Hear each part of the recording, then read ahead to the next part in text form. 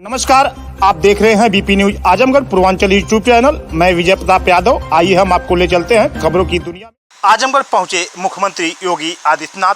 आजमगढ़ पहुंचने के बाद सलारपुर में आयोजित कार्यक्रम में गोरखपुर लिंक एक्सप्रेसवे का लोकार्पण किया।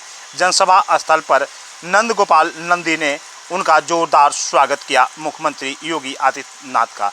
आपको बता दें कि इसी दौरान भाजपाइयों ने अपने तालियों की गड़गड़ाहट से सीएम योगी का जोरदार स्वागत किया। वीवीआईपी गैलरी को छोड़कर पंडाल जनता का हजूम से भरा हुआ था। पीएम पहले सलारपुर पहुंचे और अब एक्सप्रेसवे का लोकार्पण किया और उसके बाद जनसभा स्थल पर पहुंचकर भीड़ को संबोधित भी किया। आपको बता दें कि पूर्वांचल एक्सप्रेसवे से जुड़े गोरखपुर लिंक एक्सप्रेसवे की कुल लंबाई 91 किलोमीटर की बताई जा रही है। यह गोरखपुर से NH 27 तक जैतपुर के पास शुरू होकर आजमगढ़ से सलारपुर में पूर्वांचल एक्सप्रेसवे में मिलेगा। आपको बता दें कि वहीं पर योगी आदित्यनाथ ने बताया कि यह एक्सप्रेसवे 4 जिलों को जोड़ेगा। गोरखपुर, संत कबीर नगर, अंबेडकर नगर और आजमगढ़ से गुजरते हुए यह एक्सप्रेसवे भविष्य में 6 लेन में तब्दील हो जाएगा। आपको बता दें कि एक्सप्रेसवे के निर्माण के लिए भूमि अधिग्रहण सहित एक्सप्रेसवे के लिए सारी जो भी कमियां हैं उसका पूरा कर लिया गया है। वहीं पर आपको बता दें कि मुख्यमंत्री योगी आदित्यनाथ ने जहां आजमगढ़ की विकास की बात कही, पूरे प्रदेश के विकास की बात कही, तो वहीं पर जमकर विपक्षियों पर निशाना साधा। आपको बता दें कि शुक्रवार सुबह आजमगढ़ से सलारपुर में गोरखपुर लिंक एक्सप्रेसवे का लोकार्पण के दौरान मुख्यमंत्री योगी आदित्यनाथ ने जमकर विपक्षियों पर निशाना साधा और उनके द्वारा विकास की बात कही गई कि पूरे प्रदेश में डबल इंजन की सरकार विकास कर रही है। इस संबंध में योगी मेरे उपस्थित बहनों और भाइयों,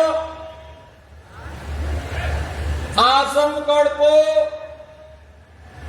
पूर्वी उत्तर प्रदेश के गोरखपुर से आजमगढ़ की अंबेडकर नगर और संत कबीर नगर की इस बेहतरीन वर्ल्ड क्लास कनेक्टिविटी का उपहार आज आपको प्राप्त हो रहा है।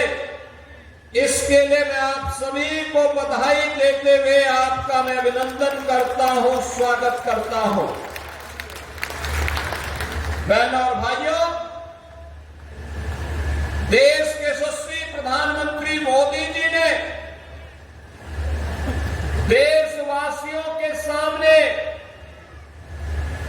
आजादी के अमृत महोत्सव वर्ष के अवसर पर जो लक्ष्य तय किया था, उस लक्ष्य को प्राप्त करने के लिए कि 2047 में भारत एक विकसित भारत होगा, उस विकसित भारत के लिए विकसित और आत्मनिर्भर उत्तर प्रदेश बनाने की दिशा में डबल इंजन की भारतीय जनता पार्टी की सरकार के द्वारा किए गए प्रयासों का एक प्रतिफल है कि उत्तर प्रदेश बीमारू राज्य से अब एक्सप्रेस वे प्रदेश के रूप में अपनी पहचान बना रहा है। याद करिए क्या हालत है आज से 8 वर्ष पहले के। बहनों और भाइयों, उत्तर प्रदेश का नौजवान कहीं जाता था, उत्तर प्रदेश का कोई नागरिक जाता था, पहचान का संकट होता था,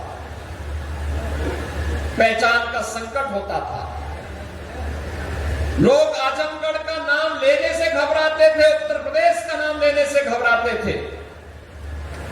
आजमगढ़, अरे इसने मुख्यमंत्री दिए, एक नहीं 2 मुख्यमंत्री इस आजमगढ़ ने दिए और इस आजमगढ़ को पहचान का मोहताज होना पड़ा था। लेकिन आज 8 वर्ष के अंदर प्रधानमंत्री मोदी जी के मार्गदर्शन में आजमगढ़ पहचान का मोहताज नहीं है। आजमगढ़ अब आजमगढ़ से अदम्य साहस का गढ़ बन चुका है। अब यह विकास की मुख्य धारा के साथ जुड़ चुका है और इसके लिए तो प्रधानमंत्री जी ने कहा था कि विकास के लिए गति चाहिए, प्रगति के लिए गति चाहिए, समृद्धि के लिए प्रगति चाहिए। और जब गति होगी तो प्रगति होगी, प्रगति होगी तो समृद्धि होगी, और समृद्धि होगी हर चेहरे पर खुशहाली भी होगी। यही तो खुशहाली का राज है, और इसी खुशहाली के साथ आपको जोड़ने के लिए हम लोग आए हैं। याद करिए कितनी विकास की योजनाएं पिछले 8 वर्ष में आजमगढ़ में आई। पूर्वांचल एक्सप्रेसवे का शिलान्यास भी 2018 में, जुलाई 18 में प्रधानमंत्री जी ने किया था, और उद्घाटन 2021 में पूर्वांचल एक्सप्रेसवे का उद्घाटन भी आदरणीय प्रधानमंत्री नरेंद्र मोदी जी ने किया था। याद करिए 340 किलोमीटर लंबे इस एक्सप्रेसवे को अब मैं देखता हूं आजमगढ़ के लोग, मऊ के लोग, गाजीपुर के लोग सुबह जाते हैं लखनऊ और दोपहर में अपना कार्य निपटा करके वापस अपने गांव, अपने शहर में वापस आ जाते हैं। ये होती है गति और यही होती है प्रगति। जब हम लोग 2017 में आए थे, हमारे पास 1.5 एक्सप्रेसवे थे, यमुना एक्सप्रेसवे और आगरा लखनऊ एक्सप्रेसवे का काम आधा हुआ था, आधा हुआ था। आज मुझे बताते हुए प्रसन्नता है, आधे काम को तो हमने पूरा किया ही। पूर्वांचल एक्सप्रेसवे की यात्रा का साक्षी आप बन रहे हैं। 2021 से लगातार बन रहे हैं। 2022 में बुंदेलखंड एक्सप्रेसवे चालू हो गया है, 300 किलोमीटर का है। पूर्वांचल एक्सप्रेसवे 340 किलोमीटर का बन करके पहले तैयार हो चुका है। अब इसकी कनेक्टिविटी सीधे पटना तक के लिए पूरी होने जा रही है। आप याद करिए कि पटना से लेकर के लखनऊ तक और लखनऊ से लेकर के दिल्ली तक की पूरी कनेक्टिविटी कितनी आसान हो जाएगी। 1857 के प्रथम स्वातंत्र समर के नायक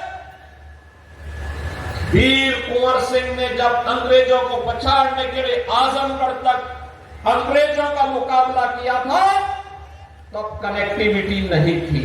अगर उस समय ये पूर्वांचल एक्सप्रेसवे होता तो आजमगढ़ के लोग वीर कुंवर सिंह के साथ मिलकर के अंग्रेजों को मार मार करके खदेड़े होते, और फिर यह देश 1857 में ही स्वाधीन हो गया होता। उस समय कनेक्टिविटी नहीं थी, अभाव था, कनेक्टिविटी का अभाव था।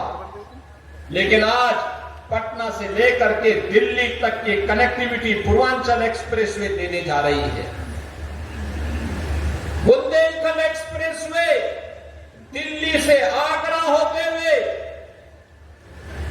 हम इसको सीधे चित्रकूट तक जोड़ रहे हैं। 300 किलोमीटर का यातायात फराटा भर रहा है, और आज 91 किलोमीटर का एक्सप्रेसवे, 91 किलोमीटर का एक्सप्रेसवे आजमगढ़ से गोरखपुर की कनेक्टिविटी को पूरा करने जा रहा है। बीच में अंबेडकर नगर जनपद और संत कबीर नगर जनपद भी इसका लाभ प्राप्त करेगा। दिल्ली से मेरठ के बीच में एक्सप्रेसवे का निर्माण, 12 लेन का एक्सप्रेसवे पहले ही प्रारंभ हो चुका है। एक्सप्रेसवे बनने के पहले दिल्ली से मेरठ की दूरी को तय करने में लगते थे 3 घंटे, और आज एक्सप्रेसवे हो गया है तो मात्र 40 से 45 मिनट में इस दूरी को तय किया जा सकता है। बहनों और भाइयों, गंगा एक्सप्रेसवे लगभग 600 किलोमीटर लंबा बन रहा है। 600 किलोमीटर लंबा, मेरठ से लेकर के प्रयागराज तक इसकी बेहतरीन कनेक्टिविटी हो रही है। इस वर्ष के अंत तक हम उसको भी आदरणीय प्रधानमंत्री जी के कर कमलों से लोकार्पित करने वाले हैं। लखनऊ से कानपुर के बीच का एक्सप्रेसवे, बलिया लिंक एक्सप्रेसवे और इस प्रकार के लगभग 6 एक्सप्रेसवे निर्माणाधीन हैं। शेष पर कार्य होने जा रहा है।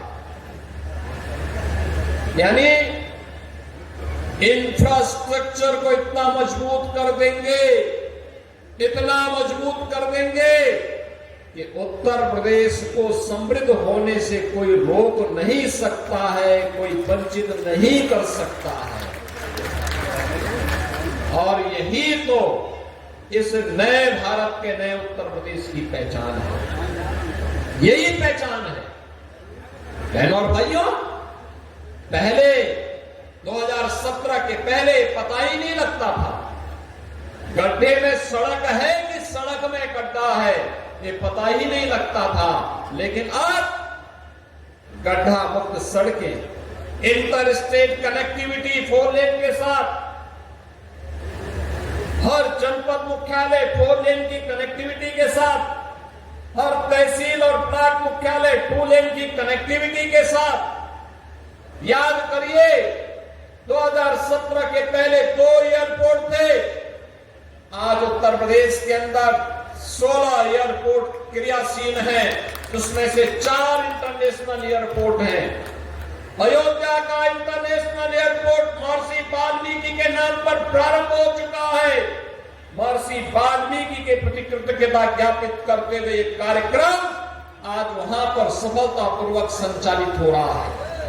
बहनों और भाइयों, विकास की रफ्तार को आगे बढ़ाने के लिए हमारे पूर्वी उत्तर प्रदेश के नौजवानों को, हमारे उत्तर प्रदेश के नौजवानों को नौकरी और रोजगार के लिए देश और दुनिया के अंदर न जाना पड़े, बल्कि दुनिया रोजगार मांगने के लिए उनके पास आए, इसके लिए औद्योगिक क्लस्टर इन एक्सप्रेसवे के किनारे ही विकसित किए जा रहे हैं।